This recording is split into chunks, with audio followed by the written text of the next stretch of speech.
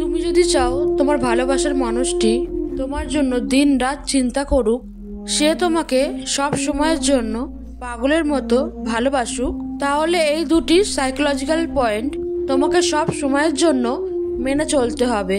তাহলে গ্যারান্টি দিলাম সে তোমাকে সবসময় পাগলের মতো ভালোবাসার সাথে সাথে সর্বদা তোমাকে মিস করতে থাকবে। প্রথম পয়েন্ট, আমার কাছে তুমিই সবচেয়ে আগে, কিন্তু এখন না। দেখো, বেশিরভাগ মেয়েরা সবার প্রথম নিজের ব্যক্তিগত বা প্রাইভেট কাজগুলো আগে করে নেয়, নিজের সমস্ত কাজ আগে কমপ্লিট করে নেয়, আর তারপরে ছেলেটাকে সে সময় দিয়ে থাকে, মেসেজ করে, কল করে। কিন্তু ছেলেরা ঠিক এর উল্টোটাই করে থাকে। নিজের সমস্ত কাজ বাদ দিয়ে, সমস্ত কাজ ফেলে রেখে মেয়েটাকে সবসময় ফোন করে, সবসময় মেসেজ দিতে থাকে।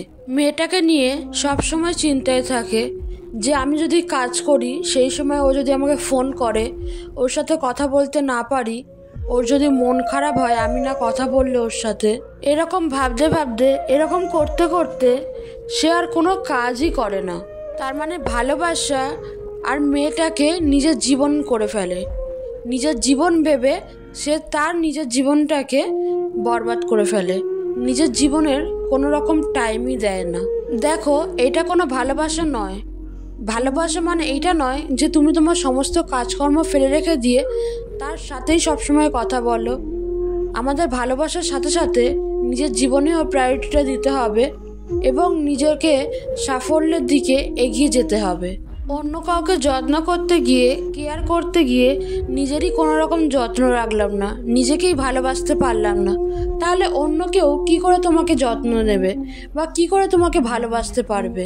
কখনোই সে তোমাকে গুরুত্ব দেবে না, এটা তোমাকে আমি গ্যারান্টি দিলাম। দেখো, যখন তুমি নিজেই নিজেকে গুরুত্ব দেওয়া শুরু করবে, নিজেকে বেশি বেশি যত্ন করার পর ভালোবাসার মানুষটাকেও কেয়ার করবে, যত্ন করবে, ঠিক তখনই সেই মানুষটা তোমাকেও অটোমেটিকলি গুরুত্ব দেওয়া শুরু করবে। তাই যখন যে কাজটা করা তোমার জন্য জরুরি, তখন সেই কাজটাই তোমাকে করতে হবে। যদি এখন তোমার ঘুমানোর ইচ্ছে হয় বা ঘুমানোর সময় হয়, তাহলে তুমি আগে ঘুমিয়ে নাও, তারপরে তুমি তোমার ভালোবাসার মানুষটাকে সময় দিও। যদি তোমার মনে হয় এখন পড়াশোনা করতে হবে, তাহলে পড়াশোনাটা করে নাও। যদি তোমার মনে হয় এখন ঘরের কোনো কাজ আছে, কাজগুলো করতে হবে, তবে আগে সেই কাজগুলো করে নাও, তারপরে ভালোবাসার মানুষটাকে সময় দিও। ধরো, তোমাদের দেখা করতে যাওয়ার জন্য দিন ফিক্সড হয়ে গেছে, তোমরা এই দিনে দেখা করতে যাবে দুজন দুজনের সাথে।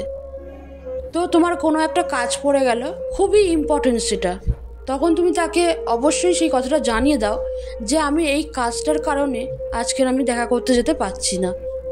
তাকে কোনো রকম মিথ্যে কথাও বলতে হবে না, শুধু তাকে একটু জানাও আর একটুখানি বুঝিয়ে দাও, দেখবে তোমাদের মধ্যে সম্পর্কটাও ঠিকঠাক থাকবে। দেখো, তুমি তাকে বারবার এই একই কথাটাই বোঝানোর চেষ্টা করবে যে দেখো, তুমি আমার কাছে ইম্পর্টেন্ট, তুমি আমার কাছেই অনেকটা দামি, কিন্তু এখন নয়, এখন আমার কাছে এই কাজটুকুই ইম্পর্টেন্ট, কারণ এটাকে না করতে পারলে আমি জীবনে এগোতে পারবো না। আর এখন তোমাকে নিয়ে যদি আমি পড়ে থাকি, তাহলে পরে তো সেটাকে ঠিক করাটা আমার সম্ভব হবে না, তো দেখাটা আমরা পরেও করতে পারবো। আমার এই কাজটা আমাকে করতে দাও, কাজটা হয়ে গেলেই আমি তোমার সাথে অনেক কথা বলবো, অনেক রকম গল্প করব বা অনেক মেসেজও করব, অনেক কেয়ারিংও করব, কিন্তু কাজটা আগে আমার কমপ্লিট হোক, তারপরে তোমাকে নিয়ে আমি এইসব কথা বলবো বা এইসব কথা ভাববো। তার আগে কাজটা আমার বেশি ইম্পর্টেন্ট এখন। এই একটা কথাই যদি তোমার প্রিয় মানুষটা বুঝতে পারে বা তুমি তোমার প্রিয় মানুষটাকে বোঝাতে পারো, তবেই একটা কথাতেই অনেক কিছু, বহু কিছু হতে পারে যা তোমার ধারণারও বাইরে। যে এত কিছু হওয়াটা কি আদৌ সম্ভব, এই একটাই কথা তুমি তাকে বলবে বা বোঝানোর চেষ্টা করবে, আমার কাছে তুমি সবচেয়ে আগে, কিন্তু এখন নয়। 2 নম্বর পয়েন্ট হলো ধৈর্য ক্রমাগত। এমন অনেকই মানুষ আছে যারা নিজেদের সম্পর্কের মধ্যে ধৈর্য ধরে রাখতে পারে না, সবসময় ভাবে যে এইটা চলে গেলে আর আসবে না, এইটা হয়ে গেলে আর হবে না, এইরকমটাই সবসময় তারা ভাবতে থাকে। তাদের মধ্যে কোনো রকম ধৈর্য ধরার ক্ষমতাটুকু নেই। এর জন্য এরা সম্পর্কে অনেক কিছু হারিয়ে ফেলে, একটা ভালো সম্পর্ককেও খারাপ করে ফেলে।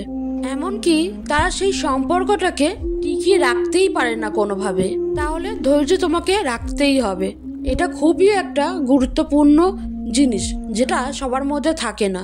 সে যদি তোমাকে বলে যে এখন তুমি আমাকে ফোন করবে না, তাহলে কোনোভাবেই তাকে ফোন করবে না বা তাকে কোনো রকম ডিস্টার্ব করা যাবে না।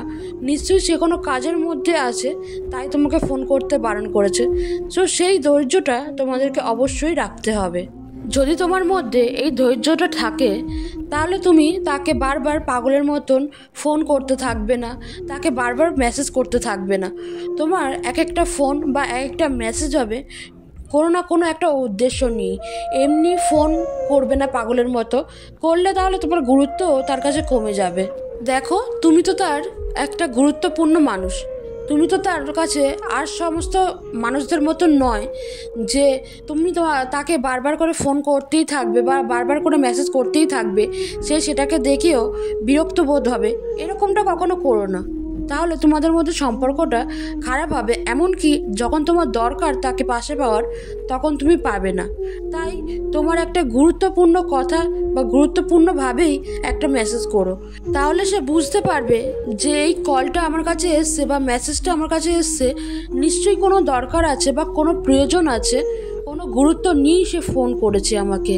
সে একটা ফোন করেছে আর তখনই তোমাকে ঘুরিয়ে ফোন করে যেতে হবে, বা সে ফোন ধরছে না কোনো একটা প্রবলেমের জন্য, বারবার করে তখন আবার ফোন করে যেতে হবে। এই জিনিসটা করো না। এই জিনিসটা না করতে থাকলে দেখবে একটা সময় সে তোমাকে পাওয়ার জন্যই পাগলের মতন অস্থির হয়ে উঠবে। অবশ্যই এই ধৈর্য ধরা ব্যাপারটাকে নিজের মধ্যে রাখুন, তাহলে নিজের মস্তিষ্কও সেটা বুঝে যাবে যে কখন আমাকে ধৈর্য ধরতে হবে আর কখন তাকে আমাকে ফোন করতে হবে কোনো দরকার পড়লে। তো বন্ধুরা, আজকের এই মোস্ট রিকোয়েস্টেড ভিডিওটা তোমাদের কেমন লাগলো অবশ্যই আমাকে জানিও। আর যদি ভিডিওটা ভালো লেগে থাকে তবে অবশ্যই একটা লাইক করে চ্যানেলটিকে সাবস্ক্রাইব করে দিয়ে আমার পাশে থেকো।